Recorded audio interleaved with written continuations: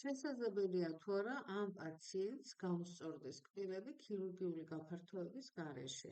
რა თქმა უნდა, შესაძლებელია კბილები გაუსწორდება, მისი ზედაყბა არის შევიწროებული, შეგვიძლია ჩავსვათ ორთოდონტიული ექსპანდერი, რომელიც მხოლოდ კბილებს გააფართოვებს, ძვალზე აქვს მცირე ეფექტი და აუცილებლად მშობელი დაინახავს შედევს, ნახავს, რომ ზედაყბის ძვალი გაიშალა თითქოს, კბილებისთვის საკმარისი ადგილი გამოჩნდა და ყველაფერი გავასწორეთ. მაგრამ აქ მნიშვნელოვანია სახე.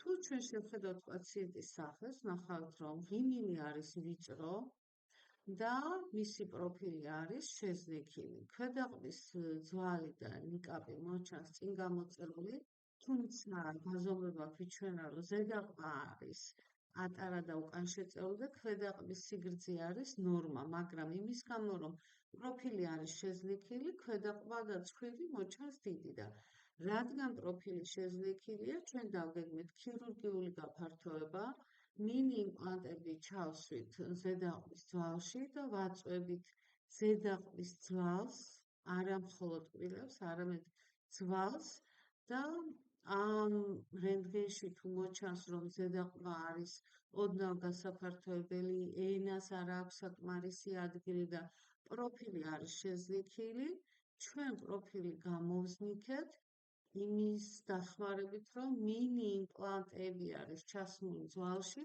და ასევე პაციენტი ხმარობს face mask-ს და სახის შუა ნაწილს გაჩავს წინ. რა მოხდება თუ ორთოდონტიულ ექსპანდერზე დავამაგრებთ ამ face mask-ს? ზედაყბის ძვალი წამოიწევს ძალიან მცირედ წინ, მაგრამ ჩვენ გვინდა რომ მაგრად წამოიწვიოს და სახის ესთეტიკა გაუმჯობესდეს. პაციენტი არის საკმაოდ სასიამოვნო გარეგნობის და ყველაფერი არის ოდნავ გამოხატული. არ არის ძალიან დიდი გადახრა ნორმიდან, მაგრამ მშობლებს ესმით, რომ რა არის ფუნქცია, რა არის ესთეტიკა და მათ გადაწყვიტეს, რომ ჩვენ წავიდეთ იმ გზით, სადაც შეგვიძლია გავაუმჯობესოთ ფუნქციაც და ესთეტიკაც, გამოვზნიქოთ სახის შუა ნაწილი. დავიწყოთ შედარება. ესაა ზედაყბის ძვალი შევიწროებული, ეს არის უკვე ქირურგიული გაფართოებით გაფართოებული ზედაყბა. მისი მოლარები უკვე კარგად გადმოყვილავს ქვედაყბის მოლარებს და შემდეგი ეტაპი უკვე არის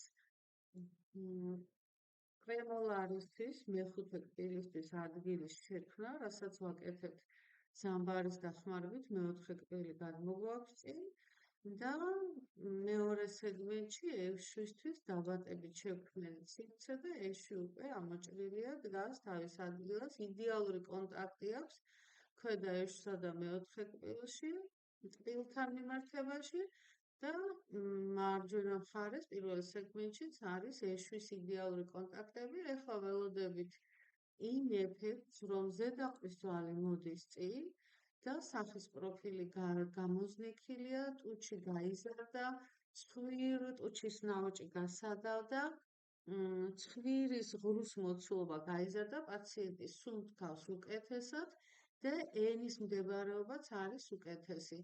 და ის, რომ ჩვენ ახლა ვქმნით დამატებით სივრცეს მეხუთე კბილისთვის, ეს არის უმარტივეს საქმე, იმიტომ რომ პაციენტის სახის ძვლები უკვე სრულად შეცვლილია და მდგომარეობა არის გაუმჯობესებული.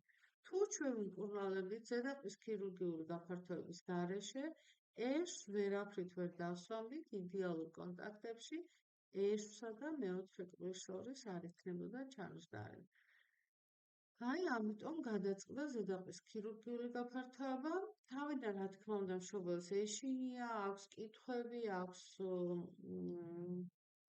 გართულებებზე შიში, საუბარი, მაგრამ როდესაც ჩვენ ვაფართოვებთ უკვე პაციენტი ამჩნევს ამ ბენეფიტებს, რაც აქვს აი ამ აპარატს, როდესაც სახე არის შეზნექილი, ცხვირი და ნიკაპი მკვეთრად გამოწეული მოჩანს, ზედაყბის ძვალის გაზრდის შემდეგ პროპორციები უმჯობესდება და ნიკაპი და ცხვირი მოჩანს შედარებით პატარა.